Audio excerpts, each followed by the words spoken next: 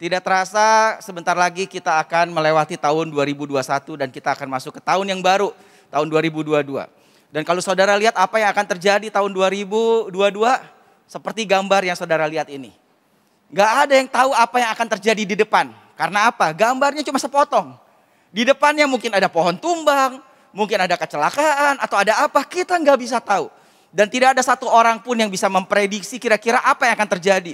Bagaimana dengan ekonomi, bagaimana dengan corona, pandemik. Apakah akan muncul varian yang baru setelah varian Omikron? Apakah ada varian yang baru lagi? Atau bakal selesai? Kita nggak tahu sama sekali.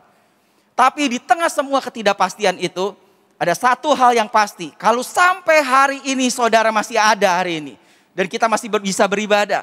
Kita percaya bahwa kita punya Tuhan yang setia. Amin. You can trust God with tomorrow because He was faithful yesterday. Kita bisa tenang, percaya kepada Tuhan tentang hari besok kita. Karena kita tahu bahwa kita punya Tuhan yang setia.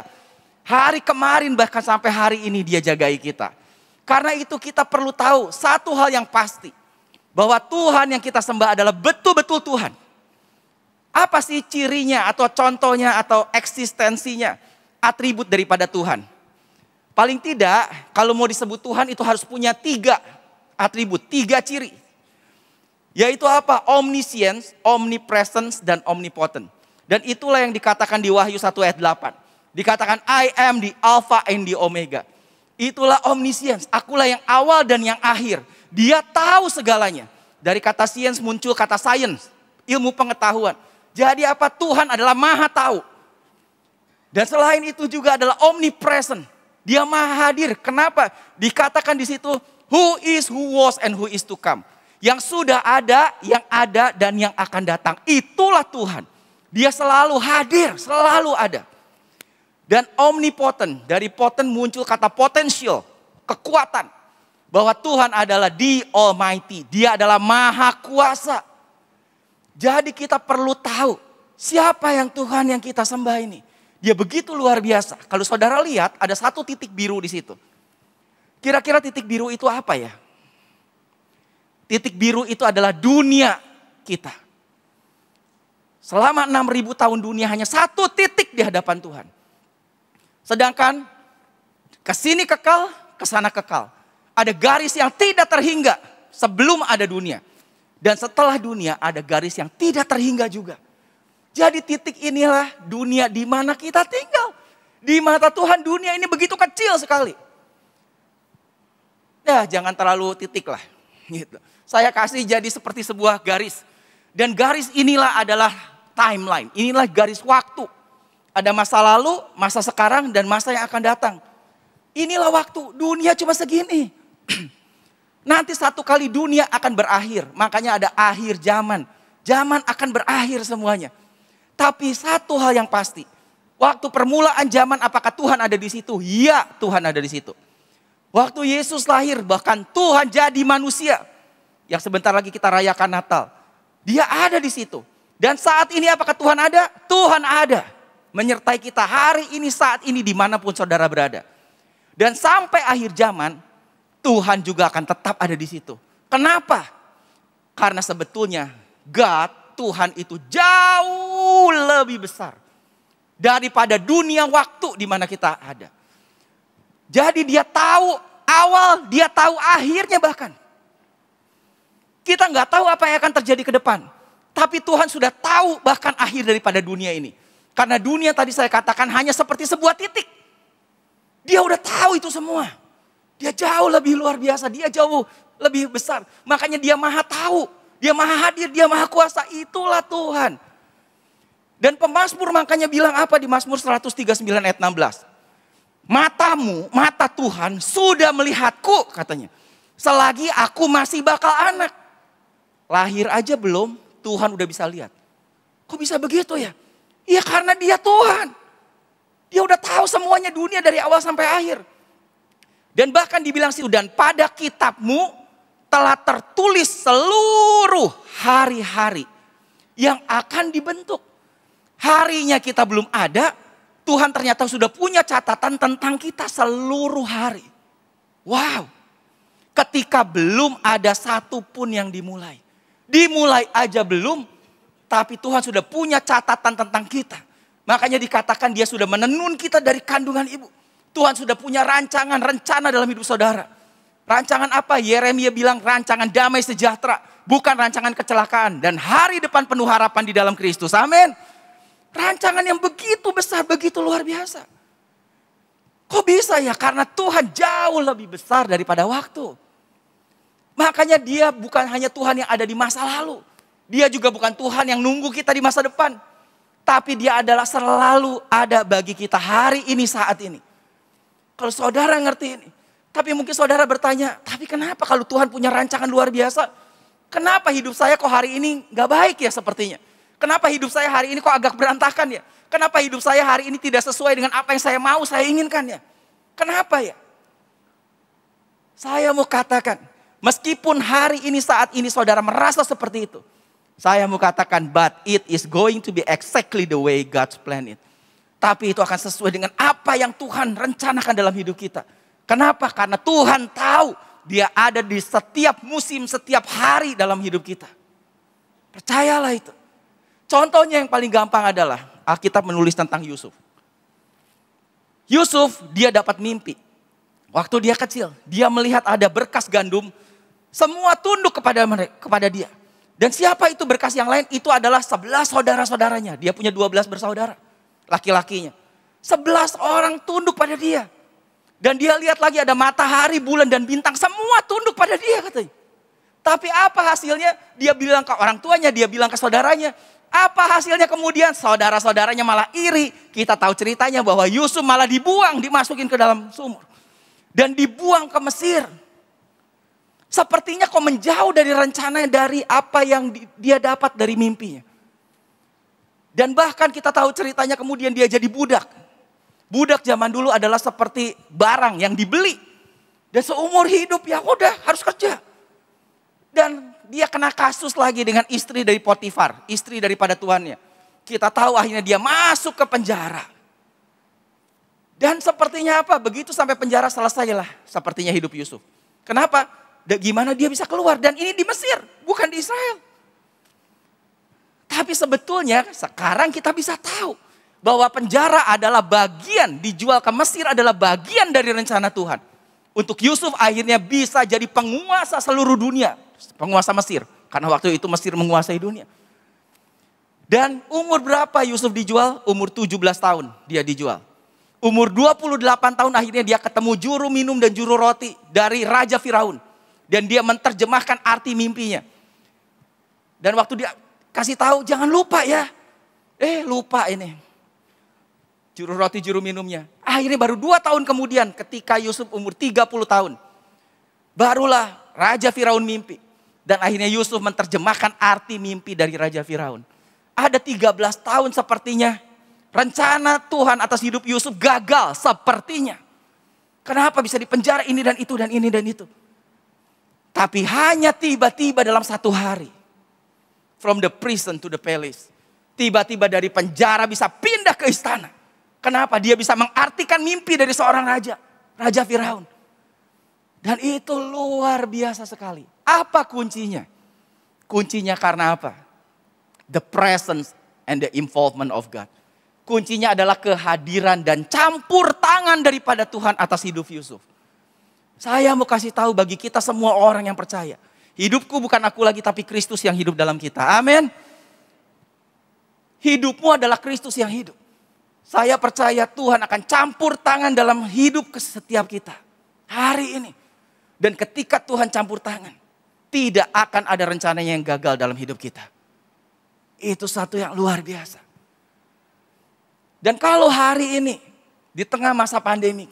Yang ini udah mulai masuk tahun ketiga. Kita sering baca Mazmur 91. Ada satu kalimat yang bagus sekali dikatakan situ. Dengan kepaknya ia akan menudungi engkau. Di bawah sayapnya engkau akan berlindung. Kesetiaannya ialah perisai dan pagar tembok. Bahasa Inggrisnya jauh lebih tajam. Dikatakan his faithful promises. Yaitu apa? Kesetiaan terhadap janji-janjinya. Itulah senjata dan perlindungan kita. Untuk masuk tahun 2022. Apa yang menjadi senjata dan perlindungan kita? Alkitab berkata itu adalah kesetiaan Tuhan. Ketika kita tahu bahwa Tuhan tetap setia. Tuhan tetap setia pada setiap janjinya. Pada apa yang sudah Dia katakan. Kita percaya kesetiaan Tuhan, itulah perlindungan kita. Kita bisa tenang. Karena janji Tuhan itu pasti terjadi. Kalau saya manusia berjanji, saya bisa ingkar janji, saya bisa lupa. Tapi kalau Tuhan yang janji, Yosua 21 ayat 45 bilang apa? Janji Tuhan tidak lekang oleh waktu, tidak ada expired. Semua janjinya kepada umatnya tidak ada yang tidak digenapi. Semuanya pasti tergenapi. Amin. Kita bisa percaya pada janjinya. Dan janjinya itu ada di mana? Itulah yang saudara pegang hari ini. Sekarang udah jarang sih orang pegang. Kalau saudara lihat Kejadian 1 ayat 1. Buka satu lembar ke depan. Ditulis di situ apa? Perjanjian lama. Itulah Alkitab. Itulah Bible. Perjanjian lama dan perjanjian baru. Ternyata hidup kita adalah di bawah perjanjian. Perjanjian dengan siapa? Dengan Tuhan. We are living under covenant of God. Di bawah perjanjian Tuhan. Makanya hidup kita dikatakan di Ibrani 10 ayat 23. Marilah kita teguh berpegang pada pengakuan tentang pengharapan kita. Kenapa? Sebab Ia, Tuhan yang menjanjikannya, setia. Kalau Dia sudah tulis, itu pasti akan digenapi. Makanya itulah yang kita dasari kehidupan kita untuk masuk tahun akan datang. Kita lihat apa yang Tuhan janjikan dan kita berdiri berdasarkan itu. Dan kita percaya bahwa Tuhan pasti akan menggenapi firman-Nya. Amin. Kita akan lihat satu klip multimedia dulu. Bagaimana kesetiaan Tuhan atas hidup Yusuf. Inilah lagu yang tadi kita nyanyikan.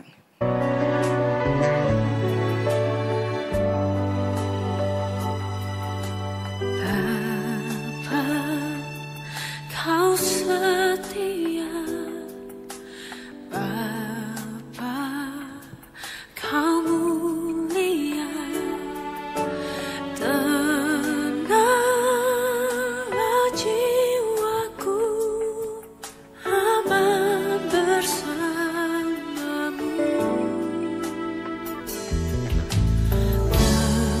Lebih dari harta,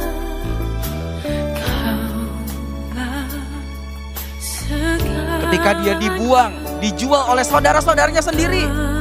Tenanglah jiwaku dalam hadirat-Mu. Kau tunjukkan kasih. Dan dikatakan kepada papanya, udah meninggal katanya. Kau menyediakan yang ku perlu. Kau setia. Tapi Alkitab berkata di tengah semua itu Tuhan menyertai Yusuf. Tuhan tidak pernah meninggalkan Yusuf. Tunjukkan kasih setiamu. Kau menyediakan yang ku perlu. Kau setia, Kau mulia, Bapa, Kau setia.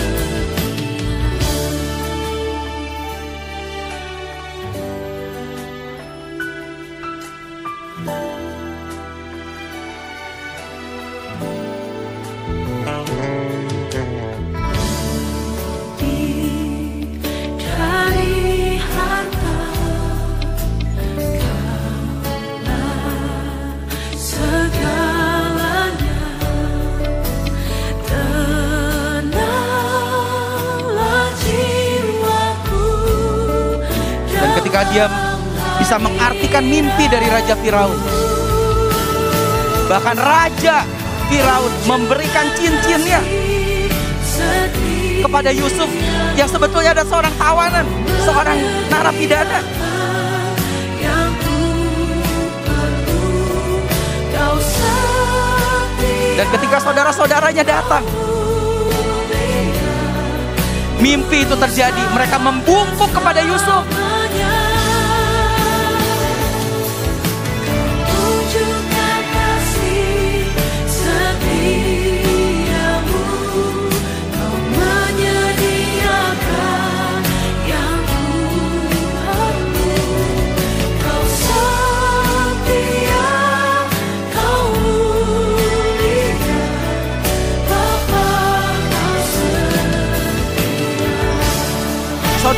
saudaranya kaget ketika mereka tahu. Kasih setiamu kami ada sampai saat ini Tuhan.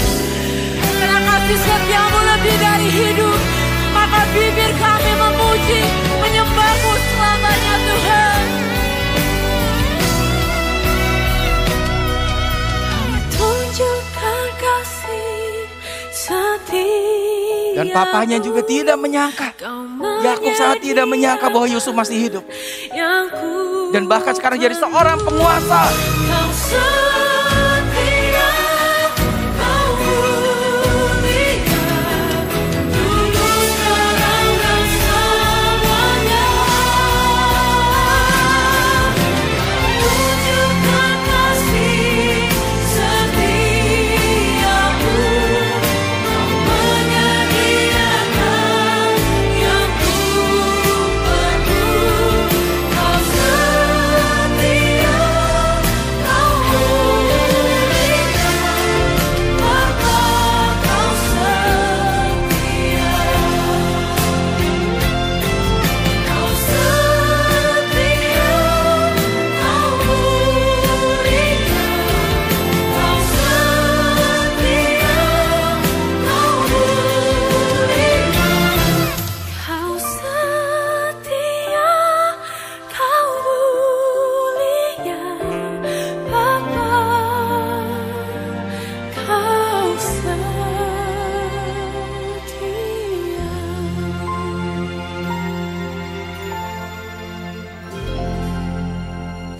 Dan pada PowerPoint-nya lagi.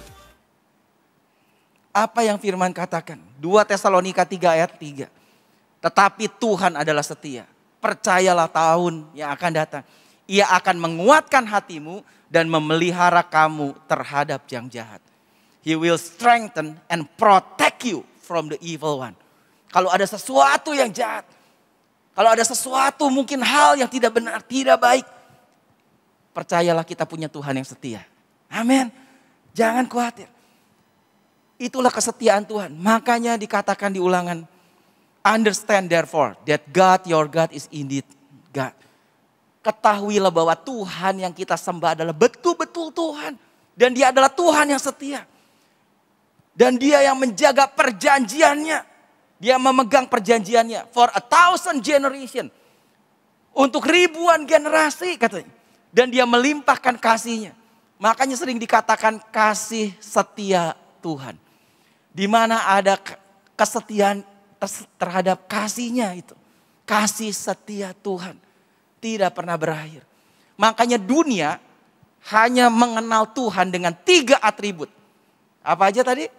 Maha tahu, maha hadir, maha kuasa. Tapi kita sebagai orang percaya, kita punya tambahan satu lagi. Tuhan yang kita kenal. Itu adalah the omnibenevolent. Tuhan kita adalah Tuhan yang maha kasih dan maha baik bagi kita. God is perfectly good and all loving. Kita kenal Tuhan, Tuhan adalah selalu baik. God is good all the time. Dia selalu Tuhan yang baik. Saudara harus percaya itu. Kita masuk ke tahun yang akan datang, saya dapat satu ayat. Tuhan ingetin dengan ayat ini. You crown the years with your goodness. Engkau memahkotai tahun dengan kebaikan. Biasanya ada istilah dalam bahasa Inggris. The head of the year. Atau apa? Kepala dari tahun. Ketika kita masuk ke tahun yang akan datang, itulah disebut kepala dari tahun. Dan di manakah mahkota biasanya disimpan? Mahkota nggak disimpan di kaki kan? Mahkota disimpan di kepala. The head of the year. Berarti apa? Ketika kita akan masuk ke tahun yang baru, ke tahun yang akan datang. Tuhan sudah menyiapkan, memahkotai tahun itu. Tahun 2022. Saya percaya Tuhan sudah memahkotai tahun itu dengan kebaikan Tuhan. Amin. Karena dia Tuhan yang baik. Dan dikatakan lagi, and your path drips with abundance. Dan setiap jejak kita, langkah kita, itu meneteskan, mengeluarkan kelimpahan. Kita percaya orang akan bahkan bisa merasakan kelimpahan yang Tuhan berikan bagi kita. Itu yang Tuhan janjikan dan Tuhan setia terhadap janjinya. Saya percaya ini akan terjadi. Ada satu cerita yang luar biasa. Irreversibly blessed in Jesus Christ. Ada satu berkat yang tidak bisa diubahkan karena Yesus Kristus. Apa ceritanya? Itu cerita tentang Bileam. Gimana ceritanya? Bileam adalah seorang yang suka memberkati dan suka mengutuk juga. Dia adalah nabi. Dan ada Raja Balak yang waktu itu mau diserang orang Israel. Waktu Israel keluar dari Mesir, dia sudah menaklukkan banyak raja. Dan dikatakan di sini Raja Balak itu akhirnya mengirim utusan kepada Bileam bin Beor ke Petor yang di tepi sungai Efrat, ke negeri teman-teman sebangsanya untuk memanggil dia dengan pesan. Ketahuilah, ada suatu bangsa keluar dari Mesir. Sungguh sampai tertutup permukaan bumi olehnya. Dan mereka sedang berkemah di depanku. Dikatakan ini ada bangsa yang luar biasa nih di depanku. Karena itu datanglah dan kutuk bangsa itu bagiku. Sebab mereka lebih kuat daripadaku. Mungkin aku sanggup mengalahkannya dan menghalaunya dari negeri ini. Sebab aku tahu siapa yang kau berkati, dia beroleh berkat. Dan siapa yang kau kutuk, dia kena kutuk. Jadi dia panggil nih orang buat ngutuk bangsa Israel. Tapi apa hasilnya? Nabi ini waktu dia jalan naik keledai. Tiba-tiba keledainya mogok, gak mau jalan lagi. Dan dia pukul. Sampai apa? Alkitab mencatat keledainya bisa ngomong. Itulah dicatat di Alkitab. Keledainya tiba-tiba bisa ngomong. Tuhan, kenapa Tuhan pukulin saya terus? Apakah Tuhan gak lihat kenapa saya berhenti? Karena itu di depan ada malaikat dengan pedang. Terhunus katanya. Dan tiba-tiba Tuhan membukakan mata daripada Bileam. Dan waktu dia lihat di depannya ada malaikat dengan pedang. Kalau saya lanjut lagi, itu habis katanya. Itu yang dicatat di Alkitab. Dan di situ Bileam kemudian tanya, aduh ada apa nih? Dan malaikat itu kemudian bilang apa? Kalau kamu mau pergi disuruh mengutuk, aku katakan kamu hanya boleh katakan apa yang Tuhan harus kamu katakan. Kamu cuma boleh katakan apa yang Tuhan suruh kamu katakan. Dan akhirnya apa yang dikatakan oleh Bileam? Waktu dia diajak ke atas gunung untuk ngutukin orang Israel. Yang dia katakan apa? Begitu dilihat tendanya.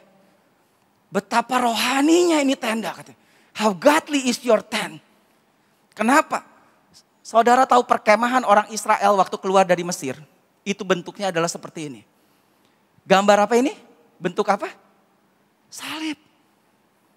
12 suku mereka berkemah seperti ini. Jadi itulah yang mungkin Bileam lihat. Wow katanya. Dan itulah penggambaran daripada Kristus yang datang kemudian. Dan akhirnya yang keluar adalah apa? Berkat. Disuruh ngutukin malah diberkati itu. Dan Raja Balak akhirnya kesel. Dia bawa lagi Bileam pergi lagi ke gunung yang kedua. Sampai 3 gunung katanya dikatakan di sini. Gunung Peor, Gunung Pisgah. Dan dikatakan di situ ke tempat tinggi. 3 kali dibawa suruh ngutukin orang Israel. Tapi 3 kalinya. Bileam bukan ngutukin malah memberkati. Wow.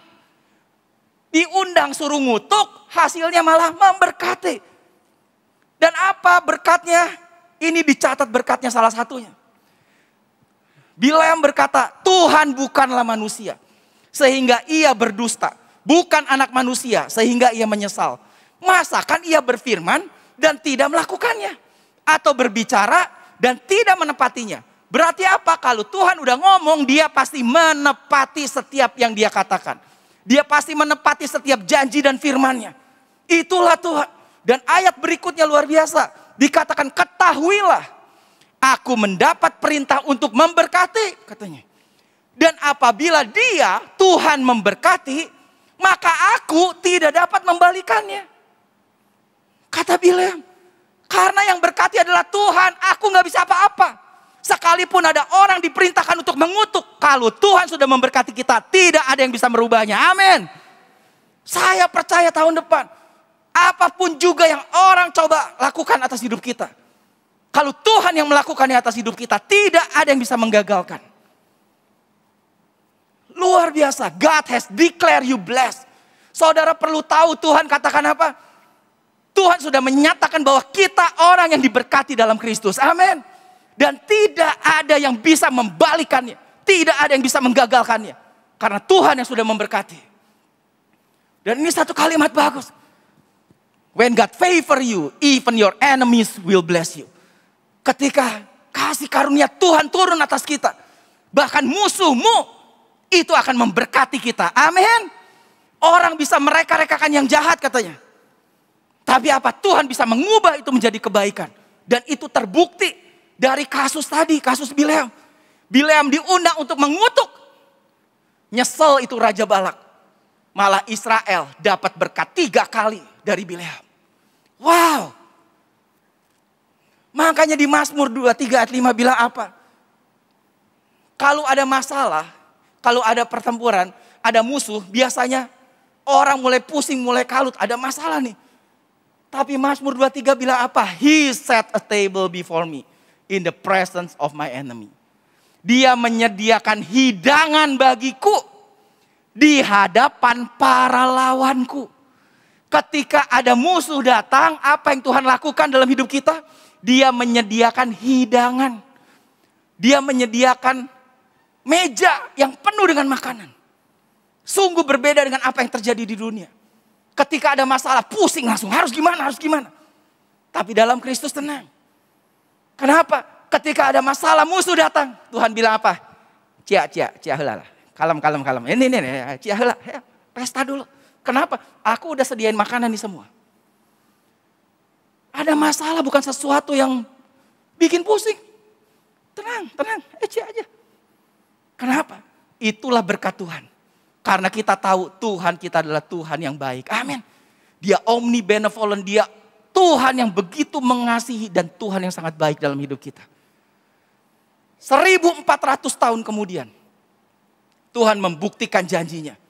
Dia berikan berkat terbesar bagi umat manusia. Apa itu berkatnya? Yang sebentar lagi kita rayakan. Natal. Yesus, kelahiran Yesus. Itulah God's greatest gift to mankind. Itulah hadiah terbesar bagi umat manusia. Itulah hadiah terbesar. Dia berikan anaknya yang tunggal, satu-satunya. Dan saudara tahu, bersama dengan Yesus anaknya itu, apa yang Bapa di surga kasih? Dia yang tidak menyayangkan anaknya sendiri, tetapi yang sudah menyerahkannya bagi kita semua. Bagaimanakah mungkin ia tidak mengaruniakan segala sesuatu kepada kita bersama-sama dengan dia anaknya. Jadi saudara perlu tahu dengan jelas ayat ini bilang bersama dengan Yesus diberikan segala sesuatu. Katakan bersama saya segala sesuatu. Supaya saudara ingat apa itu segala sesuatu? Ya semuanya. Apapun yang saudara butuhkan. Makanya lagu tadi. Kau tunjukkan kasih setiamu. Kau menyediakan yang ku perlu. Karena bersama dengan Yesus sudah diberikan segala sesuatu. Kalau Yesus saja anaknya diberikan. Apalagi yang lain katanya. Jadi saudara perlu tahu. Kalau saudara baca Ulangan 28 ayat 2. Di situ ada 2 perikop. Perikop pertama tentang berkat. Perikop kedua tentang kutuk semuanya.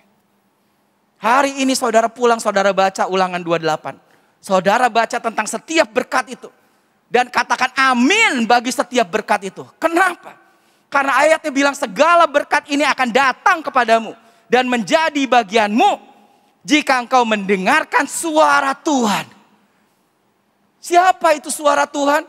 Ternyata suara Tuhan itu punya nama. Di perjanjian lama orang masih harus dengerin. Tapi kita hari ini hidup di dalam perjanjian yang baru. Bahwa sekarang the word by name is Jesus Christ. Pada mulanya adalah firman.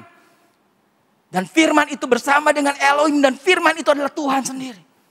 Dan dia sudah jadi manusia. Berarti semua ini sudah tergenapi. Berarti semua berkat bersama dengan Yesus kita sudah terima. Makanya sekali lagi saudara baca Ulangan 28. Dan katakan amin buat setiap berkat itu. Berkat yang luar biasa dari Ulangan 28. Tersedia bagi saudara di tahun yang akan datang. Amin. Saudara baca, saya gak ada waktunya, habis. Baca itu dan mulai katakan amin. Kenapa? Karena di Kolose juga dikatakan. Kolose 1 ayat 16. Karena di dalam Kristuslah, di dalam dialah. Telah diciptakan, sudah diciptakan. Apa? Segala sesuatu. Tadi saya suruh saudara ngomong. Jadi segala sesuatu diciptakan di dalam Kristus. Dialah sang firman. Segala sesuatu diciptakan oleh perkataan, oleh firman-Nya. Tuhan menciptakan seluruh isi dunia dengan perkataan. Itulah Kristus sendiri. Di dalam Dialah telah diciptakan segala sesuatu yang ada di sorga dan yang ada di bumi. Mau ada di mana lagi? Yang kelihatan dan yang tidak kelihatan. Saudara tahu semuanya, makanya segala sesuatu. Baik yang saudara bisa lihat maupun yang saudara nggak bisa lihat. Baik yang ada di surga maupun semua yang ada di bumi. Siapa yang menciptakan? Yesus kita. Tuhan kita. Dan Dia sudah diberikan bagi kita. Hari ini percayalah.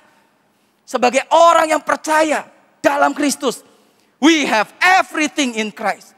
Kita punya segalanya di dalam Kristus itu. Makanya kalau Tuhan sudah declare, sudah katakan bahwa engkau diberkati, sekali lagi. Tidak ada yang bisa membalikan berkat itu. Amin. Mungkin hari ini engkau mengalami di posisi seperti Yusuf waktu di dalam penjara. Mungkin ada di dalam sebuah proses. Tapi percayalah Tuhan tetap setia. Hari-hari yang saudara akan jalani, Tuhan tidak pernah meninggalkan. Tuhan selalu ada bersama dengan kita. Amin. Dan lihat ini ayat. Mazmur 23 ayat 6. Saudara perlu tahu bahwa kebajikan dan kemurahan belaka akan mengikuti aku. Bukan kita yang kejar-kejar. Dia yang akan mengikuti. Berapa lama? Seumur hidupku. Dan aku akan diam dalam rumah Tuhan sepanjang masa. Bahasa Inggrisnya bagus. Surely goodness and mercy shall follow me. Surely your goodness and unfailing love. Sesungguhnya kebaikan dan kasih Tuhan. Itu yang akan kejar kita. Berapa lama? All the days. Seluruh hari-hari kita. Of my life. Sepanjang umur hidup kita. Amin. Itu yang akan kejar kita. Kayak begini. Saudara perlu tahu kita orang percaya bukan kejar berkat. Tapi berkat yang akan mengejar kita. Amin. Kebaikan Tuhan yang akan mengejar kita. Siapa yang bilang? Bukan saya yang bilang. Firman yang bilang. Dan Tuhan memegang janjinya. Tuhan menggenapi apa yang Dia katakan. Kebaikan yang akan ngejar kita. Berkat Tuhan yang akan kejar kita. Makanya saya berharap kita masuk ke tahun 2022. Bukan dengan sebuah ketakutan, kekhawatiran. Saya mau justru di tahun itu kita experience God day by day. Kita alami, nikmatilah Tuhan hari demi hari. Nikmatilah God's goodness. Nikmatilah kebaikan Tuhan. Karena Dia adalah the omnibenevolent. Karena Dia adalah Tuhan yang maha kasih dan maha baik dalam hidup kita. Percayalah, nikmatilah Dia. Jadi don't worry about tomorrow. God is already there. Bahkan jangan takut tentang hari esok. Kenapa? Karena Tuhan sudah ada di situ. Bahkan Tuhan sudah tahu sampai akhir zaman, sampai akhir hidup kita. Dia di luar waktu sekali lagi. Jangan khawatir dengan semua itu. Percayalah God is good all the time. Tuhan selalu baik setiap saat. He never changes. Dia gak pernah berubah. He is the same yesterday, today, and tomorrow. And forever bahkan. Bahwa Dia tetap sama dulu, sekarang, dan selama-lamanya. Kalau dulu Dia setia, hari ini Dia setia akan menyertai kita. Dan besok hari Dia juga pasti akan setia menyertai kita. Amin. Mari kita berdoa. Beri kemuliaan buat Tuhan itu. Terima kasih Bapak, kami bersyukur Tuhan. Di penghujung tahun 2021 ini Tuhan. Kami cuma tahu satu kepastian. Bahwa kasih setiamu dan kebaikanmu akan tetap menyertai kami. Terima kasih Tuhan untuk janjimu Tuhan. Engkau setia menggenapi janjimu. Karena itu kami yakin kami masuk tahun yang akan datang. Engkau sudah janjikan. You crown the years with the goodness. Engkau sudah memakotai tahun yang akan datang. Dengan kebaikan-kebaikanmu. Kau sudah menyertai setiap langkah kami. Dengan setiap kelimpahan-kelimpahan. Terima kasih Tuhan untuk janjimu. Biar kami bisa percaya sepenuhnya akan janjimu. Karena kami punya Tuhan yang luar biasa. Terima kasih Tuhan. Di dalam nama Yesus kami berdoa. Amin. Tuhan memberkati. Di nama Tuhan kita berikan tepuk tangan yang lebih meriah lagi buat Tuhan. I love you, Lord. Oh, your mercy never fails me. And all my days I've been held in your hand. From the moment that I wake up until I lay my head, oh, I will sing of the goodness of God. 'Cause all my life you have been faithful, and all my life you have been so good. With every breath that I am able, oh, I will sing of the goodness of God. I love your voice. You will lead me through the fire, and in darkest night you were close like no other. I've known you as a father, I've known you as a friend, and I have lived in the goodness of God. Yeah. And all my life you have been faithful. Oh. And all my life you have been so good. With every breath that I am able, oh, I will sing of the goodness